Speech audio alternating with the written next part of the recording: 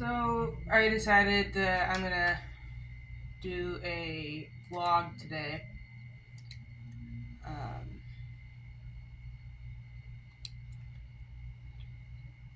Made dinner for the community last night, so I'm a little tired. Um, and I am 2 days out of my third chemo round, maintenance round.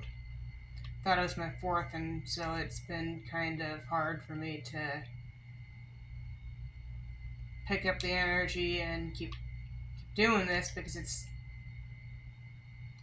it drains you of every bit of sanity you have. Makes you physically tired, emotionally tired. Makes you wonder, if this is working and if it's going to keep on working. Because I know damn well that if the cancer comes back and comes out of remission, because I can't be cancer free until they hit a few more scans and detect no disease.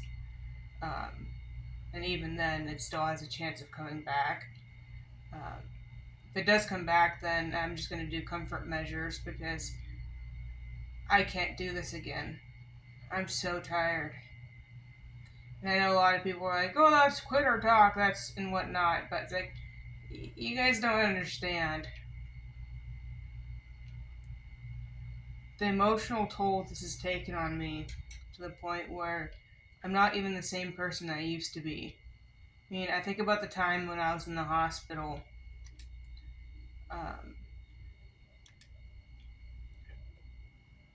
in St. Luke's, it was traumatizing to me. And I'm not blaming the staff or anything like that, because most of the staff that I dealt with were really good. I mean, there were a couple people who really need diversity training um, when it comes to dealing with trans people because they were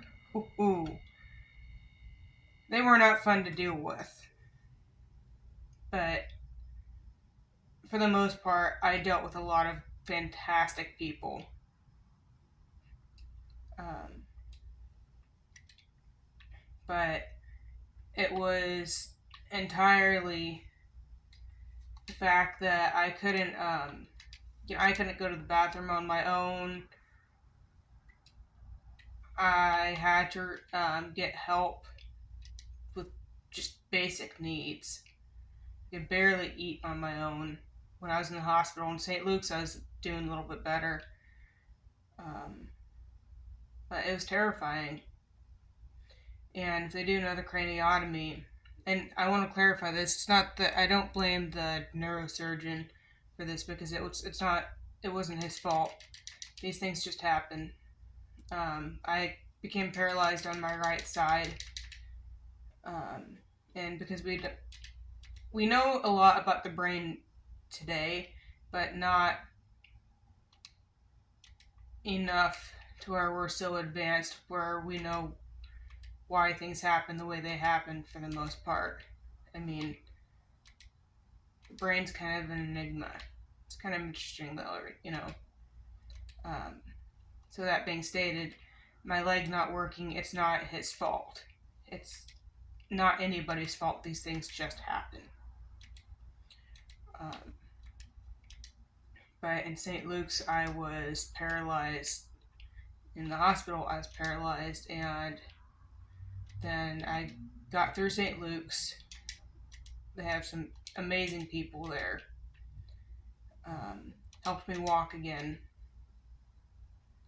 And then I went home. And then I went to the cancer care center where I thought originally I was just going to get radiation because I didn't know it wasn't a benign tumor. Which I could get angry that I wasn't told a long time ago that it was cancer, but what would getting angry do? Um, it doesn't really matter in the end anyway. Wouldn't have changed anything. I mean, would knowing a couple months before really have changed something? I would have still been in St. Luke's trying to walk again, I'd still be in St. Luke's trying to get my balance back. Or in the hospital trying to survive. So it doesn't really matter in the end, because staying angry hasn't really helped my case, has it? I mean, I could be bitter for the rest of my life. That's how I could spend the rest of my life, and be miserable, angry, and go down that route, but that's just not how I want to go. You know? I want to live my life the way I want to for however long I have my life. I'm grateful for the time I have left. I don't know if this cancer is going to come back. No one has like my oncologist said, there's no crystal ball that tells you whether or not, your luck is going to change or not. You just have to live your life.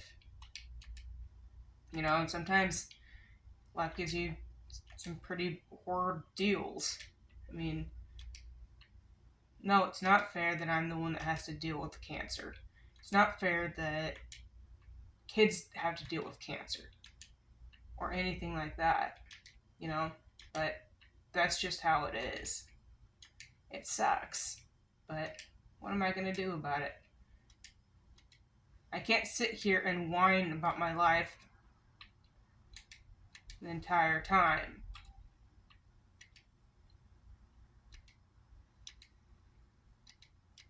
So, but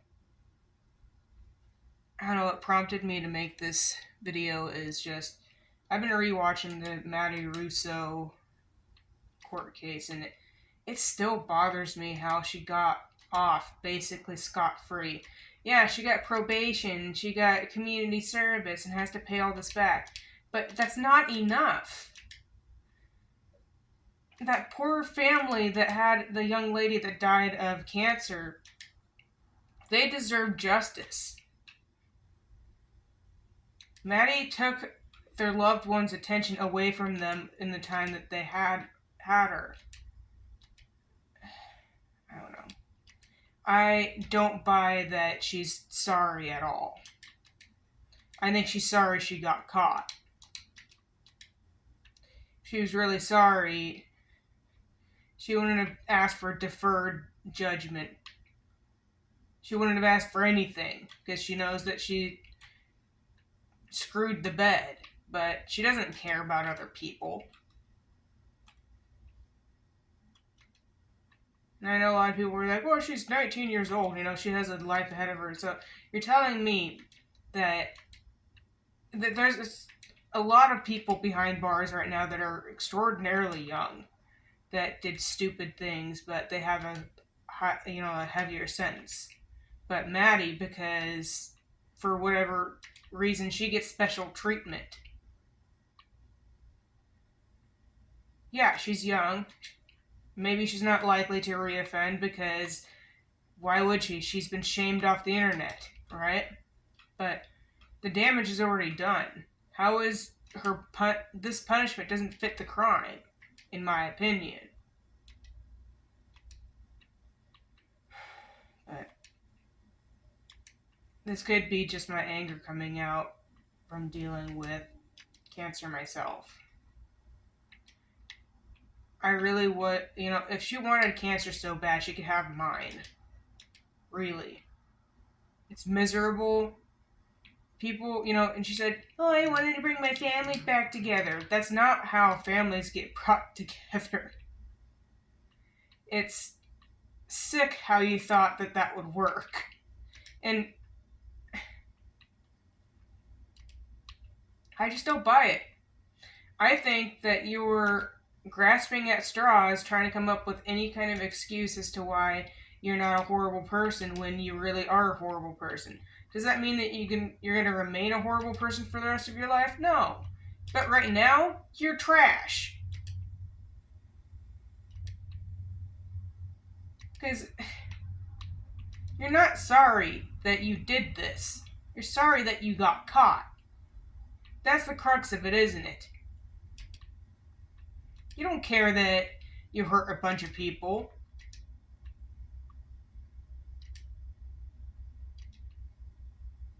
Because otherwise, you wouldn't have done this in the first place. This wasn't something that you just slept up, did on the fly. This is something that you calculated and continued to do. You could have stopped at any time, but you didn't. And if it was something like bringing your family back together and not about money and attention, you wouldn't have brought it to social media. Your logic makes no sense, Maddie. It makes no sense. But, you know what? This is going to be my last video on this subject. Because it's just getting me more and more riled and steamed up. But I just don't understand how someone could fake something like this. I mean, I'm miserable. I'm so tired of fighting this at this point. I'm tired of not being able to do my dishes all in one go. I have to sit down, get up, and do it again. My leg doesn't work correctly, so I can't even move around my apartment, without struggling. I can't jog. I miss running. You have no idea how much I miss running, how much I miss jogging, or just going anything above a limp. And it's been almost a year, and my leg still hasn't recovered. And again, I'm not blaming anybody for that. These things just happen. It's not fair, but life isn't always fair, is it? Otherwise, Maddie, you would have been given a heavier sentence.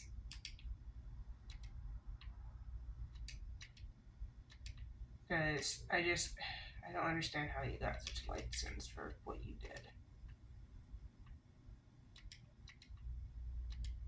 But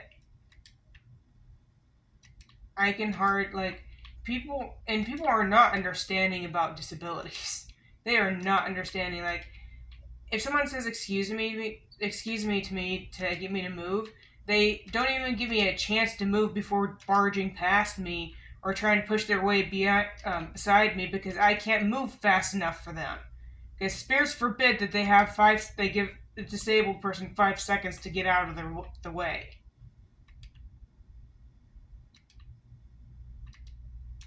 And there's no understanding. Or sometimes it takes me a little bit to comprehend what someone's talking to me about, because I have cognition issues because of the tumor. Or the extraction, whatever you want to call it, the craniotomy. It takes me a while to register what someone is saying to me. And it's not me trying to be a butthole, it's me entirely trying to figure out what the fuck you're talking about. And it's frustrating because no one wants to give you the time of, understanding. They want you to answer right then and there. But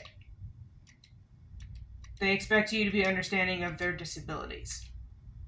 Because they're special. Right? Referencing a neighbor of mine recently, she told me that I need to move out of her way so she could bring her untrained dog, who's lunged at people, by the way.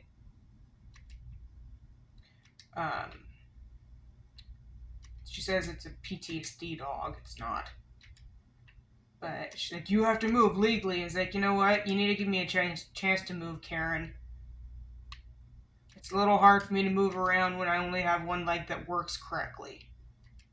It's not that I'm trying to stay in your way. It's that you need to give me a chance to move, instead of barging your way and almost pushing me over when you walk by. Because how fair is that? Like, I want to be accommodating to your disability. I do. But I also want you to be understanding of my own disability as well. But you're the only one that matters, aren't you?